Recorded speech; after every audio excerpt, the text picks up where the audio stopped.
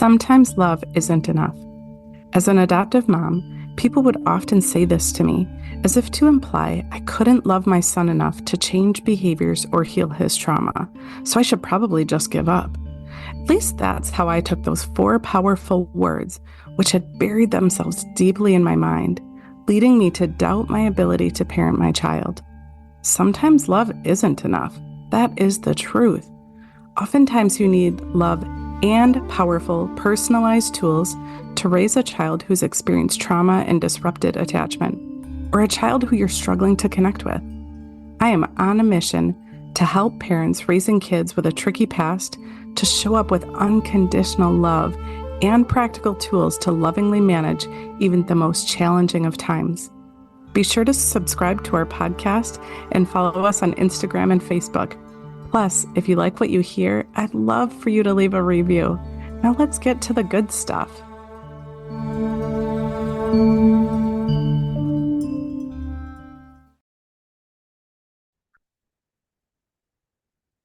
Welcome back to Sometimes Love Isn't Enough, the Parenting Through Challenges podcast. I am Angie, your host, and for today's episode, I want to share a little scenario about you. Perhaps this sounds familiar to what you've experienced in your home. Have you experienced or watched as a child will do things to set themselves up to be the victim? What do I mean by that? I mean, the kid who stops halfway down the tube slide so that the other kids run into them, and then they go crying to the teacher that they're being pushed or bullied. Or the child who will put their fingers in the door so that somebody shuts the door on them, and then they cry that they were hurt. Or the child who, when you go to put your hand on their shoulder to guide them away from traffic in the parking lot, or guide them away from, somebody's going to run into them. You're walking, on a sidewalk and you try to guide them away and they scream, "Stop pushing me," or "Stop hitting me." Or perhaps the child who will go out of their way to set other people up in their life to be accused of being the problem. Does any of this sound familiar to you? Because it is such a common experience for parents who are raising children who have a tricky past. It's something that I often see come up in groups that I'm in, and I've heard it come up with families that I've worked with. It's a behavior that can start very early on from a very young age, even sometimes around 2, and can continue into adulthood if not addressed appropriately. I know oftentimes my experiences have been that parents often seek help for these types of behaviors, these behaviors where it seems like my child wants to be the victim. They want that attention that they get when they feel like there's been an injustice. So I'm here to tell you that there is a solution, but it's not a quick and easy overnight solution by any means. And it's going to take work that probably doesn't match what you've been doing. If this is something that you've been experiencing for quite some time, maybe even years with your kiddo, where they're continuously putting themselves in the way of harm or even creating harm so that they can seek comfort from others. The solution is not in addressing the behavior. The solution comes in taking a step back, pausing, and asking a question that I've shared many, many times on this podcast. It's asking that question, what is my child telling me that they need? Because these behaviors drive us crazy as parents, right? We're trying so hard to keep our kids safe. We're trying so hard to not get Child Protective Services called on us. We're trying so hard to not get the school to look down on the way that we're parenting. But our kids do these things. They go to school and say that mom and dad didn't feed me, or they'll throw away their shoes and say that mom and dad won't buy me new shoes. It is extremely frustrating as a parent when we're trying so hard to do the best for our kids, and it seems like their behaviors are sabotaging all of our hard work. So let's talk about what we can be doing about this. Well, the first is taking a step back, like I said, and asking, what does my child need from me right now? Oftentimes, they don't need what it is that they're asking for, right? They don't need the new shoes. They don't need, a different lunch. They don't need, um, somebody to keep them safe in the tube slide. But what they're really telling us is that something in them hurts. Something about their experience in life hurts a lot. It hurts so much that they're out of integrity with themselves. So what do I mean by that? Well, we know that when any of us have experienced a trauma, it impacts our ability to stay in integrity with ourselves, which can impact our integrity with how we take care of our body, our integrity with how we manage our energy.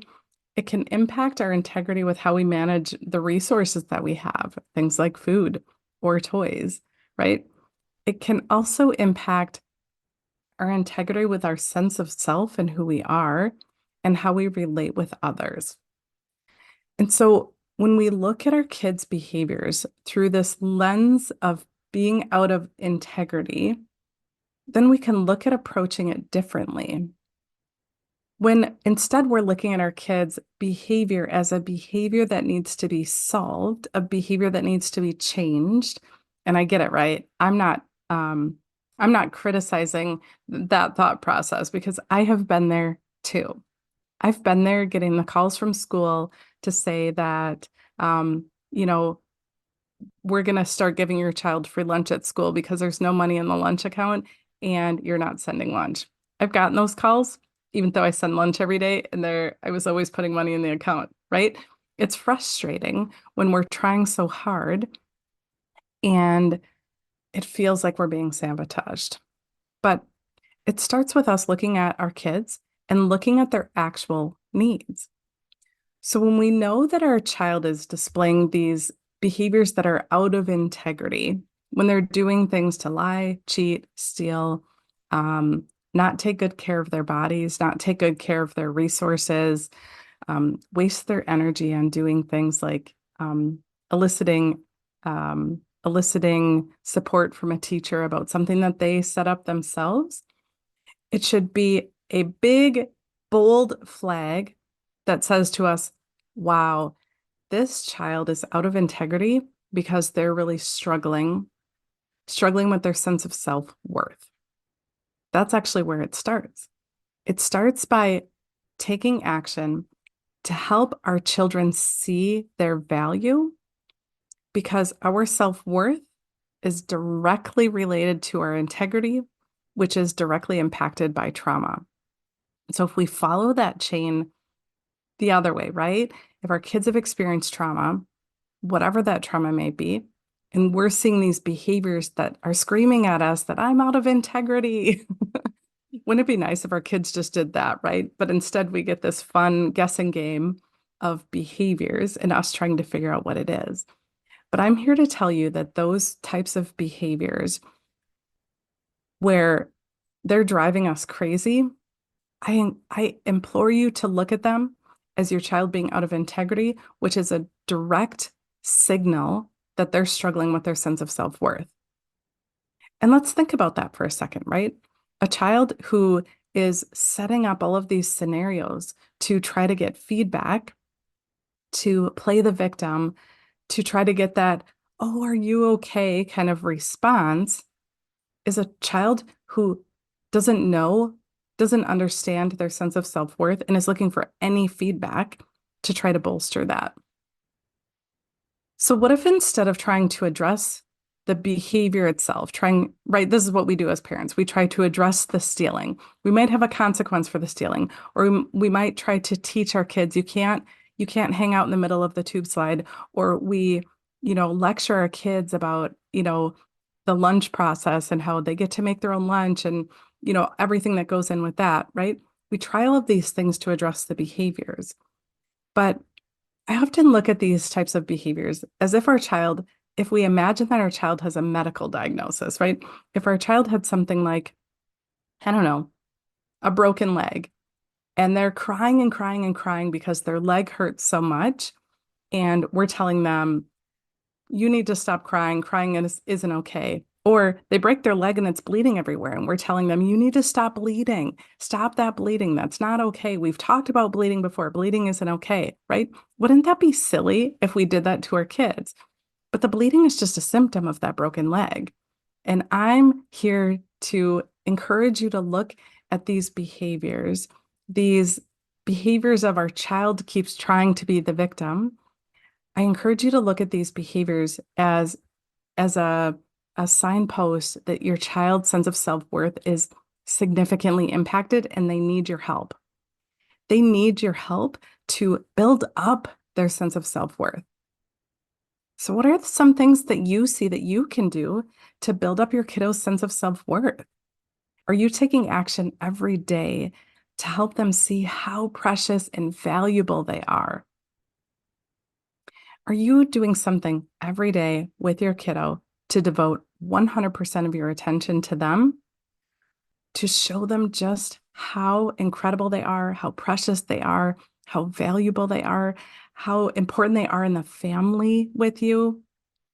Because if these things happen only fleetingly and only when your kiddo is behaving, it's not enough. And their behavior is telling you that it's not enough. And I know, I talk a lot about this when I do live workshops. I know when our cup is empty and depleted, it's really, really hard to notice the good things with our kids. I'm here to encourage you to do some self-care, to make sure that your cup is full, if not overflowing, so that you can take action every single day to work on your kiddo's sense of self-worth. Because I truly believe that this is the key to shifting that behavior of them constantly playing the victim in all kinds of everyday situations, which is driving you crazy. I assure you that by helping to build their sense of self-worth, they'll stop playing the victim because they won't need to anymore. You won't have to address those behaviors anymore because when our kids see their value, they'll step into that. They won't need to step into trying to get attention and appreciation for playing the victim when they see their value. So there are also some really key points in your kiddo's human design where self-worth lies that I would love. I don't mean lies like not telling the truth. I mean, it hangs out. But I really encourage you, if you want to understand your kids better and you want to understand more fully how to target their sense of self-worth, book a reading, book a free consult with me. I'd love to chat with you about how to support your family if these are behaviors that you're struggling with, because I know it's hard and I know that what you're doing might not be working so well. And I know that taking a different approach to our kids' behaviors and really looking at them through a different lens is key to actually changing behaviors so that you can connect with your kids, build that relationship that you know you want to, but might be hard right now as you're really just depleted and struggling and exhausted. So that's it. I can't wait to connect with you in whatever way works for you whenever you're ready. All right. Take care. We'll talk soon.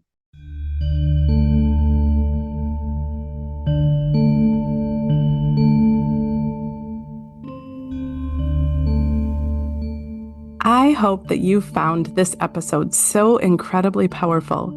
Thank you for joining us for Sometimes Love Isn't Enough. If you resonated with what you heard here, please subscribe to this podcast and give us a review. You can also follow us on all the socials. Check the show notes for all the details about how to start tackling behaviors and creating a powerful, loving relationship with your child. a child who needs your love the most. And if your gut's telling you that it's time for a change now, book a free consult. I'd love to help you love unconditionally and show you that you have that power within you.